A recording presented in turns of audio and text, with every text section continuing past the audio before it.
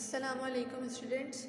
Today we are starting chapter price determination, which is on page number 38 of your textbook.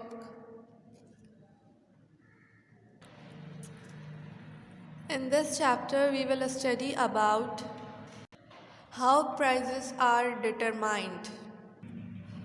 Students, chapter का नाम है price determination. Determination means the process of establishing something by calculation. हमने law of demand पढ़ा, उसके बाद हमने law of supply पढ़ा, जिसमें हमने ये पढ़ा था लॉ ऑफ डिमांड में हमने ये पढ़ा था कि जब प्राइस इंक्रीज़ होती है तो डिमांड डिक्रीज़ हो जाती है, और जब प्राइस डिक्रीज़ होती है तो डिमांड इंक्रीज़ हो जाती है। लॉ ऑफ डिमांड में प्राइस और डिमांड का जो रिलेशन था वो इन्वर्स रिलेशन था। लॉ ऑफ सप्लाई में हमने देखा कि जब प्राइस इंक्रीज़ होती है तो सप्लाई भी इंक्रीज़ होती है, और जब प्राइस डिक्रीज़ होती है तो सप्लाई भी डिक्रीज़ होती है, यानी दोनों का डायरेक्ट रिलेशन है। अब हम देख रहे हैं कि प्राइसेस को किस तरीके से डिटरमाइन किया जाता है। प्राइस डिटर्मिनेशन में जब भी हमारी क्वांटिटी सप्लाइड क्वांटिटी डिमांड के इक्वल आ जाएगी तो वो हमारी इक्विलिब्रियम स्टेट कहलाती है। क्या स्टेट कहलाती है? इक्विलिब्रियम स्टेट, यानी बैलेंस्ड स्टेट, जहाँ पर डिमांड और सप्लाई दोनों इक्वल आ जाए। सो ये चैप्टर रीड करते हैं अब हम। The equilibrium between the forces of demand and supply is responsible for the price determination of a particular commodity in the market. The word equilibrium means the state of balance between demand and supply. जैसा कि मैंने अभी आपको बताया कि जब भी quantity demand quantity supply, यानी ये जो दोनों फोर्सेस है इनके दरमियान जब एक इक्विलिब्रियम स्टेट आ जाए जहाँ पर ये दोनों फोर्सेस डिमांड और सप्लाई इक्वल हो जाए, उस स्टेट को हम स्टेट ऑफ बैलेंस कहते हैं between demand and supply. Concept of equilibrium: the changes in the price of a commodity directly affect और react on both the forces of demand and supply. किसी भी कमोडिटी की जो price होती है वो उसकी डिमांड और उसकी सप्लाई पर अफेक्ट करती है, उस पर रिएक्ट करती है। A rise in price brings a rise in supply. अगर प्राइस इंक्रीज़ होती है तो सप्लाई भी इंक्रीज़ होती है, but a fall in demand, लेकिन अगर प्राइस इंक्रीज़ होती है तो डिमांड डिक्रीज़ हो जाती है। Fall in demand means demand decrease हो जाती है। Similarly a fall in price is followed by a fall in supply. अगर प्राइस फॉल होती है तो सप्लाई भी फॉल हो जाती है। And a rise in demand, लेकिन अगर प्राइस डिक्रीज़ हो रही है तो डिमांड इंक्रीज़ हो जाएगी। ठीक है, the supply will increase as much as the price increase because the producer get more profit under this condition. Supply increase हो जाती है, जब प्राइस इंक्रीज़ होती है तो सप्लाई भी इंक्रीज़ हो जाती है, क्योंकि इसके पीछे जो प्रोड्यूसर का मोटिव होता है वो क्या मोटिव होता है? प्रॉफिट मोटिव होता है कि वो ज़्यादा से ज़्यादा प्रॉफिट अर्न करे। But the supply tends to fall with the fall in price, लेकिन अगर प्राइस कम होती है तो फिर उस प्रोड्यूसर को सप्लाई भी कम करनी पड़ती है, और इस वजह से प्रोड्यूसर का बहुत ज़्यादा लॉस उसको सफ़र करना पड़ता है। On the other hand, when there is a rise in price, there is a fall in demand. जबकि लॉ ऑफ डिमांड हमें क्या बताता था कि जब भी प्राइस इंक्रीज़ होती है तो डिमांड फॉल हो जाती है, यानी डिक्रीज़ हो जाती है। As the purchasing power of the buyers fall down under this condition. इस कंडीशन में क्या होती है, बायर की परचेजिंग पावर जो है वो कम हो जाती है।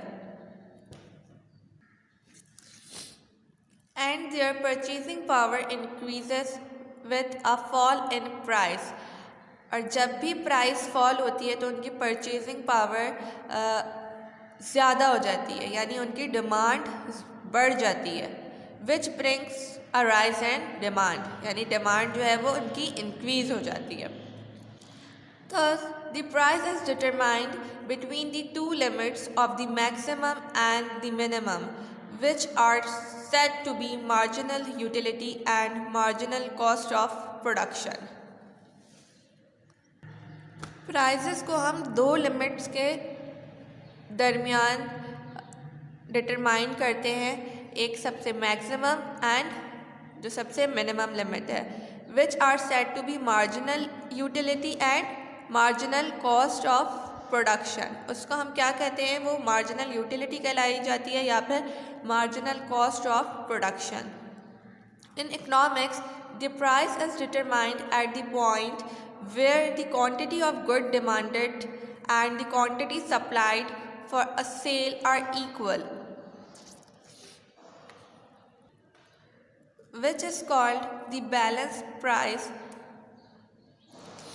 and the point where demand and supply are equal is called equilibrium between demand and supply।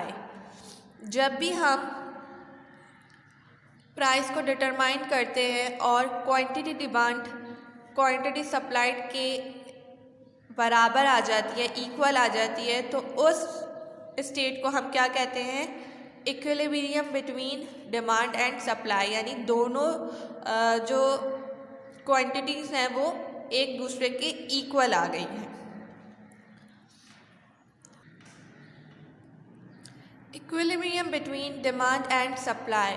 The balanced price or the equilibrium between demand and supply can be easily understood by the following schedule table। Balanced price यानी जो quantity demand quantity supplied वो जब एक दूसरे को equal आ जाती है, उसको हम इस schedule की help से समझ सकते हैं। अब यहाँ पर prices ली हुई है 50, 40, 30, 20, 10। मैंने आपको बताया था कि लॉ ऑफ डिमांड क्या है, कि प्राइस और डिमांड का इन्वर्स रिलेशन होता है आपस में। यहाँ पर प्राइसेस क्या है हमारे पास, 50, 40, 30, 20 एंड 10। अब यहाँ पर जो डिमांड हमने ली है वो हमने प्राइस के अपोजिट लिया है, क्योंकि लॉ ऑफ डिमांड में क्या है, प्राइस और डिमांड का जो रिलेशन होता है वो इन्वर्स रिलेशन होता है। यहाँ पर हमने इसके अपोजिट ले ली। पहले यहाँ पर 10 आएगा, फिर 20, 30, 40, 50, जबकि यहाँ पर पहले 50 आ रहा था, फिर 40, फिर 30, 20 एंड देन 10। यहाँ पर उल्टा आ रहा है, 10, 20, 30, 40 एंड 50।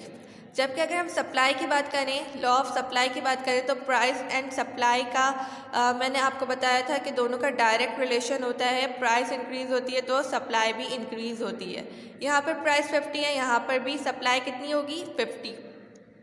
यहाँ पर 40 है, यहाँ पर भी 40 है सप्लाई। यहाँ 30 है, यहाँ पर भी 30 सप्लाई। यहाँ पर 20 है, यहाँ पर भी 20 है सप्लाई। यहाँ 10 है, यहाँ पर भी 10 है सप्लाई। अब इस चार्ट में आप लोग देख सकते हो कि कौन सी ऐसी क्वांटिटी है जहाँ पर डिमांड और सप्लाई दोनों इक्वल हो गए हैं। तो कौन सी है वो, 30। यहाँ पर क्वांटिटी डिमांड क्वांटिटी सप्लाइड के इक्वल हो गई है, तो ये स्टेट हमारी क्या कहलाएगी, इक्विलिब्रियम स्टेट, यानी यहाँ पर दोनों प्राइस और सप्लाई बैलेंस हो गई हैं। This is the explanation of this schedule. According to above given schedule of demand and supply, it is obviously It is obvious that at the price of 30 per kg, the quantity offered for sale supply equals to quantity demanded. यहाँ पर दोनों price क्या हो गई, quantity demand quantity supply equals हो गई है. We can say that there is a equilibrium of demand and supply. अब हम ये कह सकते हैं कि ये जो है ये चीज़ क्या है, इक्विलिब्रियम है, यानी यहाँ पर डिमांड और सप्लाई इक्वल हो गई हैं, बैलेंस हो गई हैं. At the price of Rs 30 per kg, if the price varies higher or lower, the demand or supply will be disturbed. लेकिन अगर हम ऊपर वाली प्राइजेस की बात करें, यहाँ पर क्वांटिटी डिमांडेड क्वांटिटी सप्लाइड दोनों इक्वल नहीं है, तो इसका मतलब क्या है, हमारी जो इक्विलिब्रियम की स्टेट है वो डिस्टर्ब है, इससे नीचे भी डिस्टर्ब स्टेट है. The demand and supply will be disturbed and there would not be equilibrium between the two forces. The buyer and producer will only be satisfied at the balanced price. Buyer और producer दोनों कौन सी state पर satisfied होता है, balance state पर.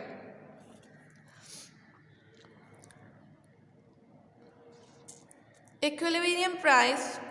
This condition can also be illustrated by the following diagram.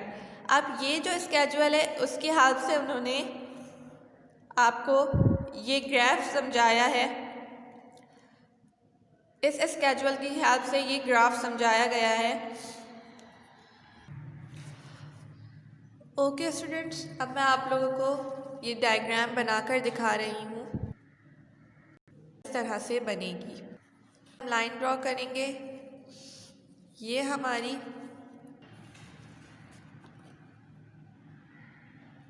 y access कहलाएगी और ये x एक्सेस. यहाँ पर हम अपनी प्राइजेस लिखेंगे और यहाँ पर क्वांटिटी डिमांड एंड सप्लाई लिखेंगे. सबसे पहले हमारी प्राइस है 50.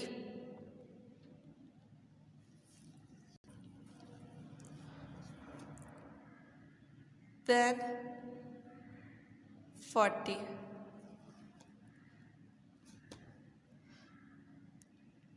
Then 30. Then 20. And the last is 10. इसी तरह से यहाँ पर भी अब हम अपनी क्वांटिटी डिमांड और सप्लाई लिखेंगे. 10, 20, 30, 40 एंड 50. सबसे पहले हम प्राइस एंड डिमांड का कर्व बनाएंगे जिस तरह से हमने लॉ ऑफ डिमांड में बनाया था. ये क्या है, प्राइस, और ये है क्वांटिटी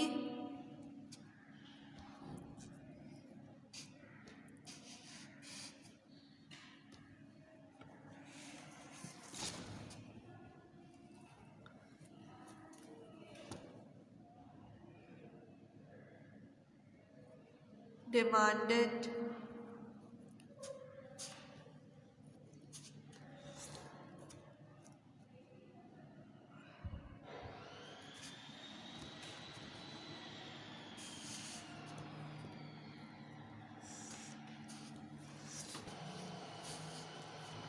प्राइस 50 है तो डिमांड क्या है 10, तो हम एक डॉट 50 के सामने लगा देंगे. जब प्राइस 40 है तो डिमांड क्या है 20, तो एक डॉट हम 20 के लाइन में 40 के सामने लगा देंगे. जब प्राइस 30 है तो डिमांड क्या है 30. जब प्राइस 20 है तो डिमांड हमारी 40 हो गई. और जब प्राइस सबसे कम 10 है तो हमारी डिमांड क्या है 50, तो हम 50 के आगे एक डॉट लगा देंगे। इसी तरह से जब हम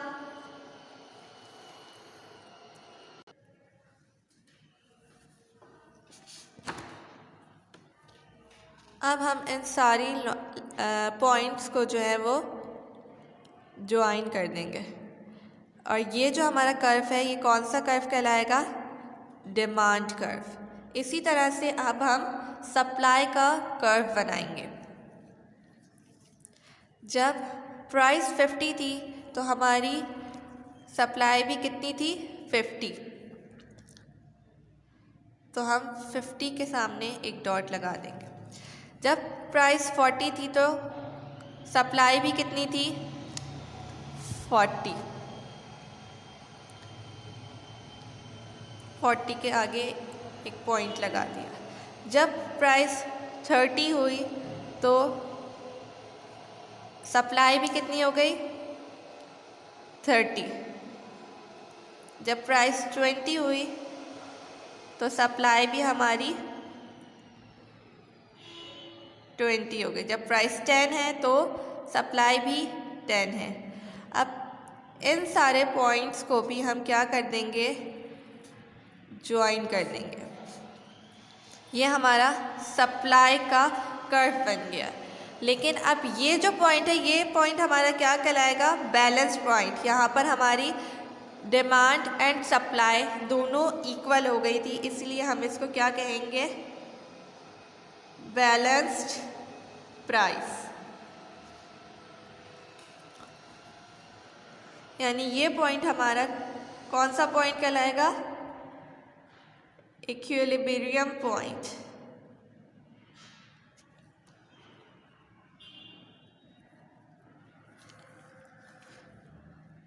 आई होप स्टूडेंट्स आपको ये चैप्टर समझ आ गया होगा। Read this chapter at home and practice this graph at least 2 to 3 times. Thank you.